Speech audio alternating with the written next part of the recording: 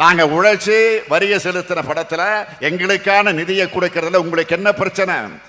43 லட்சம் பள்ளிக்கூடங்களோட நலனுக்காக நிதியை விடுவிக்காம மிரட்டுறது நியாயமா? தேசிய கல்விக் கொள்கையை ஏத்துக்கலன்னு தமிழ்நாட்டுக்கு தர வேண்டிய நிதியை தர மறுக்கிறாங்க. உண்மையிலே மக்களுக்கான மாணவர்களுக்கான திட்டமாக இருந்தா நாம அதை ஏன் எதிர்க்க போகிறோம்?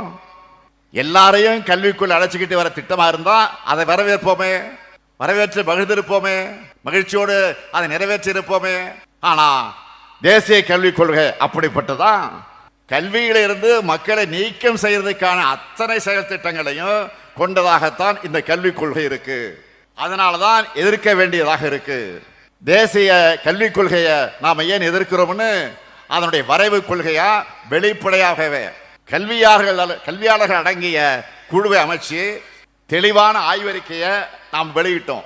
தேசிய கல்விக் கொள்கை என்பது கல்விக் கொள்கை அல்ல, அது காவி கொள்கை. அது இந்தியாவை வளர்க்க உருவாக்கப்பட்ட கல்விக் கொள்கை அல்ல, இந்தியை வளர்க்க கொண்டு வரப்பட்ட காவிக் கொள்கை. இந்த கல்விக் கொள்கை தமிழ்நாட்டோட கல்வி வளர்ச்சியை மொத்தமா அழிச்சு ஒழிச்சுடணும் தான் நாம எதிர்க்கிறோம். சமூக நீதி எனப்படும் இடஒதுக்கீட்ட தேசிய கல்விக் கொள்கை ஏற்கல. பட்டியலின, பழங்குடியின, இதர பிற்படுத்தப்பட்ட மக்களுக்கு தரக்கூடிய உதவித்தொகையை இந்த கொள்கை மறுக்குது. 3, 5 ஆகிய வகுப்புகளை பொது தேர்வு வச்சு வடிகட்ட பார்க்கிறாங்க. 9ஆம் வகுப்பு முதல் 12ஆம் வகுப்பு வரை செமஸ்டர் தேர்வு முறையை கொண்டு வர போறாங்க. அதாவது ஆல் இண்டியா எக்ஸாம் நடத்துற மாதிரி. உங்க மகனோ மகளோ 12ஆம் வகுப்பு முடிச்சுட்டு விரும்பின கல்லூரியில போய் விரும்பின பாடத்துல உடனே சேர முடியாது.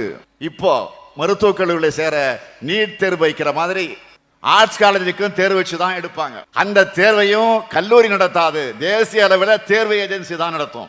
10ஆம் வகுப்பு முதல் பட்டப்படிப்பு வரை படிப்பை தொடர விரும்பாத மாணவர்கள் அவங்களாகவே வெளியேறலாம்.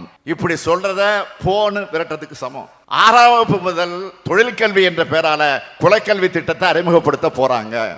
குலத்தொழில, ஜாதி தொழில தொடராம படிச்சு முன்னேற நினைக்கிறவங்களை மீண்டும் அதை நோக்கி தள்ள பார்க்கறாங்க. இதையெல்லாம் பார்த்துத்தான் தேசிய கொள்கை ஏற்றுக்க மாட்டோம்னு ஆணித்தரமாக சொல்றோம்.